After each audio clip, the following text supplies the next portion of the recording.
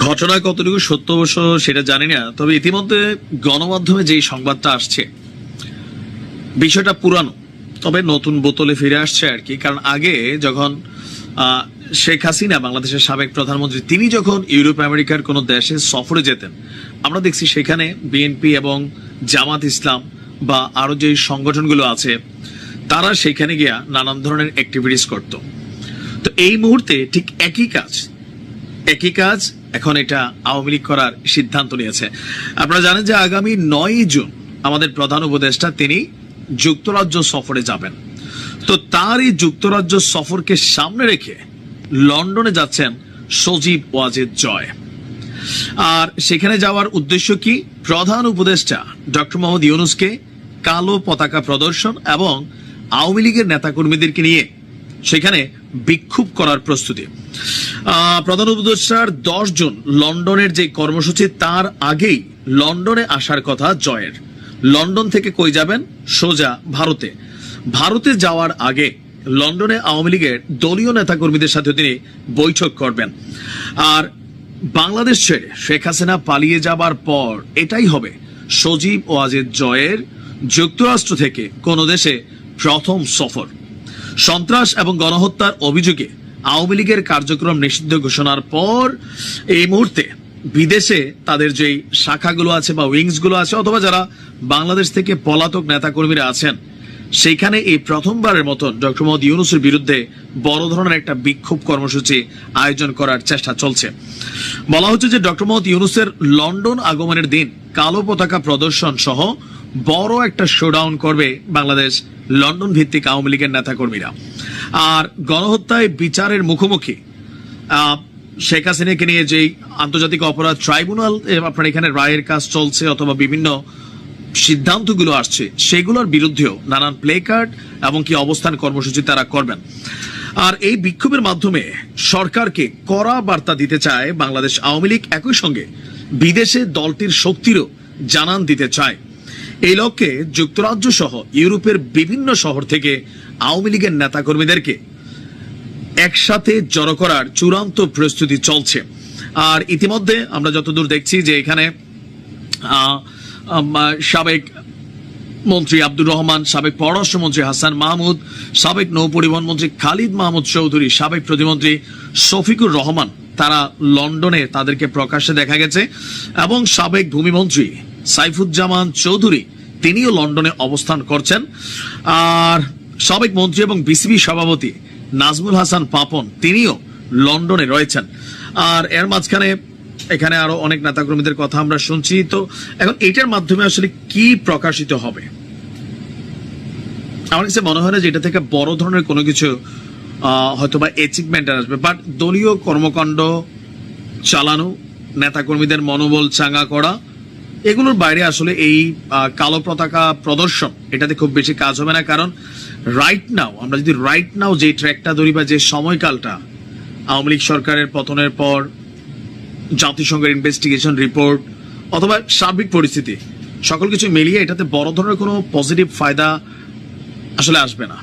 তারপরেও রাজনৈতিক দলগুলা হাল ছাড়ে না, তারা তাদের মতন এগিয়ে যায়। তো দেখা যাক কিভাবে কি করে, সময় বলে দিবে।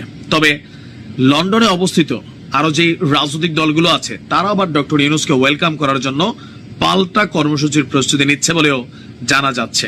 তবে রাইট নাও এই কর্মসূচিটাতে কারা জড়িত হবে সেটাও একটা কোয়েশ্চেন। কারণ ডক্টর মোহাম্মদ ইউনূসের উপর অনেকটা বিগড়ে আছে বিএনপি। তবে আমার ধারণা জামাত ইসলামের যে নেতাকর্মীরা আছেন তারা হয়তো সেখানে একটা পজিটিভ সাপোর্ট দিবেন, অথবা এনসিপির যারা সমর্থক আছেন।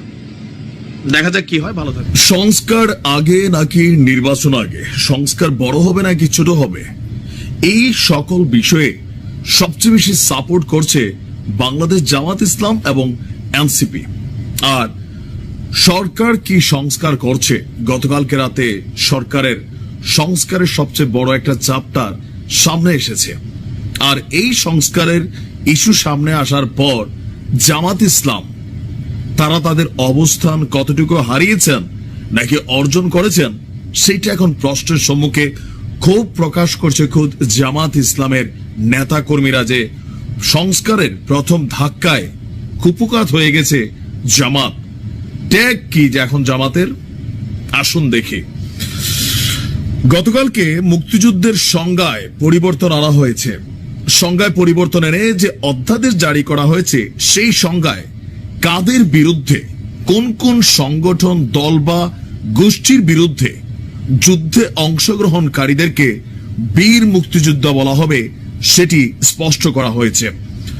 নতুন সংজ্ঞায় বলা হয়েছে, মুক্তিযুদ্ধ অর্থ 1971 খ্রিস্টাব্দের 26শে মার্চ হইতে 16ই ডিসেম্বর পর্যন্ত একটি স্বাধীন গণতান্ত্রিক রাষ্ট্র হিসাবে বাংলাদেশের জনগণের জন্য সাম্য, মানবিক মর্যাদা এবং সামাজিক ন্যায় বিচার প্রতিষ্ঠার আকাঙ্ক্ষায় হানাদার, দখলদার পাকিস্তানি সশস্ত্র বাহিনী এবং তাদের সহযোগী রাজাকার, আল বদর, আল শামস, তৎকালীন মুসলিম লীগ, জামায়াতে ইসলামী, নেজামে ইসলামী এবং দালাল ও শান্তি কমিটির বিরুদ্ধে পরিচালিত যুদ্ধ।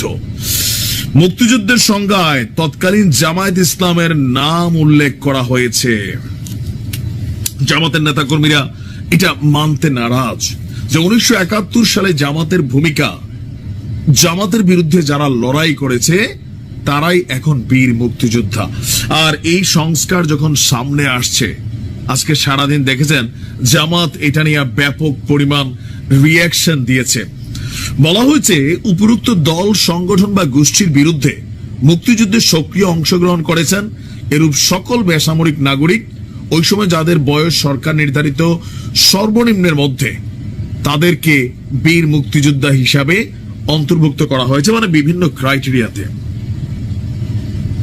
1971 সালের বিতর্কিত ভূমিকার জন্য জামাত ইসলাম আনুষ্ঠানিকভাবে ক্ষমা চেয়েছে। এরকম কয়েকবার আমরা শুনছি যে গোলাম আজম সাহেব তিনি কি বলা হয় যে তৎকালীন প্রেক্ষাপটে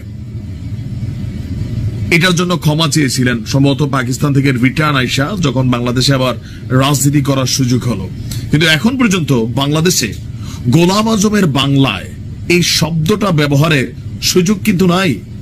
1971 থেকে আজকের দিন পর্যন্ত মুক্তিযুদ্ধ এবং মুক্তিযুদ্ধের বিরোধিতা, এই ইস্যুটা কোনোভাবেই কিন্তু ধামাচাপা পড়ছে না।